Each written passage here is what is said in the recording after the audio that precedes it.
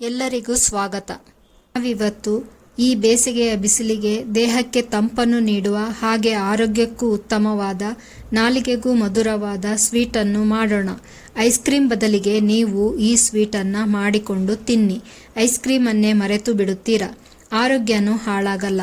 ಇದಕ್ಕೆ ನೀವು ಕಾಯಿ ಹಾಲನ್ನು ಉಪಯೋಗಿಸಬಹುದು. ಆದರೆ ತುಂಬ ಸಮಯ ಇಟ್ಟುಕೊಳ್ಳಲು ಆಗುವುದಿಲ್ಲ. ಹಾಗಾಗಿ ನಾನು ಕಾಯಿ ಹಾಲನ್ನು ಉಪಯೋಗಿಸಿಲ್ಲ. ನೀವು ತಕ್ಷಣಕ್ಕೆ ತಿಂದು ಮುಗಿಸುವುದಾದರೆ ಅಥವಾ 2 ದಿನದಲ್ಲಿ ಮುಗಿಸುವುದಾದರೆ ಕಾಯಿ ಹಾಲನ್ನು ಉಪಯೋಗಿಸಿ ಮಾಡಿಕೊಳ್ಳಿ. ರಾಗಿಯ ಜೊತೆಗೆ ಕಾಯಿ ತುರಿಯನ್ನು ಹಾಕಿ ನುಣ್ಣಗೆ ರುಬ್ಬಿ ಸೋಸಿಕೊಂಡರೆ ಆಯಿತು. ಈಗ ಶುರು ಮಾಡೋಣ ರಾಗಿ ಹಾಲ್ಬಾಯ್ ಹೇಗೆ ಮಾಡೋದು ಅಂತ. ನೋಡಿ, ನಾನಿಲ್ಲಿ 1/4 kg ರಾಗಿನ 2 ಬಾರಿ ನೀರಿನಲ್ಲಿ ತೊಳೆದು ನೆನೆಯಲು ಇಟ್ಟಿದ್ದೆ. ನೀವು ಇದನ್ನು ನಿಮ್ಮ ಅನುಕೂಲಕ್ಕೆ ಅನುಗುಣವಾಗಿ 1 ಗಂಟೆ 2 ಗಂಟೆ ಅಥವಾ ಸಮಯವಿದ್ದರೆ 4 ಗಂಟೆ ನೆನೆಯಲು ಬಿಡಿ. ನಾನಿಲ್ಲಿ 4 ಗಂಟೆ ನೆನೆಸಿ ತೆಗೆದುಕೊಂಡಿದ್ದೇನೆ. ಈಗ ಇದನ್ನು ಮಿಕ್ಸಿ ಜಾರ್ನಲ್ಲಿ ಹಾಕಿ 2 ಏಲಕ್ಕಿನ ಹಾಕಿ ನುಣ್ಣಗೆ ರುಬ್ಬಿಕೊಂಡು ಸೋಸಿಕೊಳ್ಳುವ. ಇದೇ ರೀತಿ 2-3 ಬಾರಿ ಮಾಡಬೇಕು.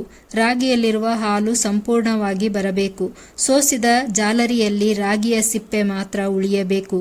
ಅಲ್ಲಿಯವರೆಗೆ ನೀವು ಹೀಗೆ ಮಾಡಿ. ನೋಡಿ, ಸಂಪೂರ್ಣವಾಗಿ ಹಾಲು ಬಂದಿದೆ. ಇದನ್ನು ಮಾಡುವ ಮೊದಲು ಒಂದು ತಟ್ಟೆಗೆ ತುಪ್ಪವನ್ನು ಹಚ್ಚಿ ಇಟ್ಟುಕೊಳ್ಳುವ. ಈಗ ನಾವು ಬೆಲ್ಲವನ್ನು ಕರಗಿಸಿಕೊಳ್ಳುವ. ಅದಕ್ಕೆ ನಾನು ಇವತ್ತೇ ಕಾಯಿಸಿರ್ತಕ್ಕಂಥ ತುಪ್ಪದ ಬಾಣಲೆಗೆ 1 ಲೋಟ ನೀರನ್ನು ಹಾಕಿ ಚೆನ್ನಾಗಿ ಕುದಿಸಿ ಇನ್ನೊಂದು ಬಾಣಲೆಗೆ ಸೋಸಿಕೊಳ್ತಾ ಇದ್ದೇನೆ. ನೀವು ಇದೇ ರೀತಿ ಮಾಡುತ್ತೀರಾ ಅಂತ ಭಾವಿಸುತ್ತೇನೆ. ಹೀಗೆ ಮಾಡುವುದರಿಂದ ಬಾಣಲೆಯಲ್ಲಿರುವ ತುಪ್ಪ ವೇಸ್ಟ್ ಆಗೋಲ್ಲ. ಹಾಗೆ ಬಾಣಲೆಯನ್ನು ತೊಳೆಯಲು ಸುಲಭವಾಗುತ್ತೆ. ನೀವು ಈ ರೀತಿ ಮಾಡುತ್ತಾ ಇದ್ದರೆ ಕಮೆಂಟ್ ಬಾಕ್ಸ್ನಲ್ಲಿ ತಿಳಿಸಿ. ಇದಕ್ಕೆ ನಾನು ಪಾವಕ್ ಎಂಬ ಬೆಲ್ಲದ ಕ್ಯೂಬ್ಸ್ನ ಉಪಯೋಗಿಸ್ತಾ ಇದ್ದೇನೆ. ಇದು 1/2 kg ಇದೆ. 1/2 kgಗೆ 40 ಕ್ಯೂಬ್ಸ್ ಬಂದಿದೆ. ನಾವಿಲ್ಲಿ 1/4 kg ರಾಗಿನ ತಗೊಂಡಿರೋದ್ರಿಂದ ನಮಗೆ 1/4 kg ಬೆಲ್ಲ ಸಾಕು. ಹಾಗಾಗಿ ನನಗೆ 40 ಪೀಸಲ್ಲಿ ಅರ್ಧ ಅಂದರೆ 20 ಪೀಸ್ ಬೆಲ್ಲನ ಇದಕ್ಕೆ ಹಾಕ್ಕೊಳ್ತಾ ಇದ್ದೇನೆ. ಈಗ ಬೆಲ್ಲ ಎಲ್ಲ ಚೆನ್ನಾಗಿ ಕರಗಲಿ. ಅಲ್ಲಿವರೆಗೂ ಕೈ ಆಡಿಸ್ತಾ ಇರುವ. ಬೆಲ್ಲ ಎಲ್ಲ ಕರಗಿದ ನಂತರ ಅದಕ್ಕೆ ರಾಗಿ ಹಾಲನ್ನು ಹಾಕೋಣ. ರಾಗಿ ಹಾಲನ್ನು ಹಾಕುವ ಮೊದಲು ಒಮ್ಮೆ ಚೆನ್ನಾಗಿ ಹಾಲನ್ನು ಮಿಕ್ಸ್ ಮಾಡ್ಕೊಳ್ಳಿ. ಅದು ತಳದಲ್ಲಿ ಗಟ್ಟಿಯಾಗಿ ಕೂತಿರುತ್ತೆ. ಅದಕ್ಕೆ ಚೆನ್ನಾಗಿ ಮಿಕ್ಸ್ ಮಾಡಿಬಿಟ್ಟು ಅದಕ್ಕೆ ಹಾಕ್ಕೊಳ್ತಾ ಮಿಕ್ಸ್ ಮಾಡ್ತಾ ಹೋಗಿ ಚೆನ್ನಾಗಿ ಕೆದಕ್ತಾ ಇರಿ. ಗಟ್ಟಿ ಆಗೋವರೆಗೂ ಕೆದಕ್ತಾ ಇರಬೇಕು. ಗಟ್ಟಿ ಆಗ್ತಾನೂ ಹೋಗುತ್ತೆ, ಹಾಗೆ ಕಲರೂ ಚೇಂಜ್ ಆಗುತ್ತೆ. ಆಮೇಲೆ ತಳನೂ ಬಿಡ್ತಾ ಬರುತ್ತೆ. ಆವಾಗ ನೀವೊಂದು ಕೈಯನ್ನು ನೀರಲ್ಲಿ ಹಚ್ಬಿಟ್ಟು ಅದನ್ನು ನೋಡುವಾಗ ಕೈಗೆ ಹಿಡಿಯೋದಿಲ್ಲ. ಕೈಗೆ ಹಿಡಿತಾ ಇಲ್ಲ ಅಂತಾದರೆ ಬೆಂದಿದೆ ಅಂತ ಅರ್ಥ. ಆವಾಗ ನೀವು ಅದನ್ನು ಒಂದು ತಟ್ಟೆಗೆ ತೆಕ್ಕೋಬಹುದು. ಸ್ಪೂನ್ ತುಪ್ಪ ಹಾಕ್ಕೊಂಡು ನೀಟಾಗಿ ಸ್ಪ್ರೆಡ್ ಮಾಡಿಕೊಳ್ಳಿ.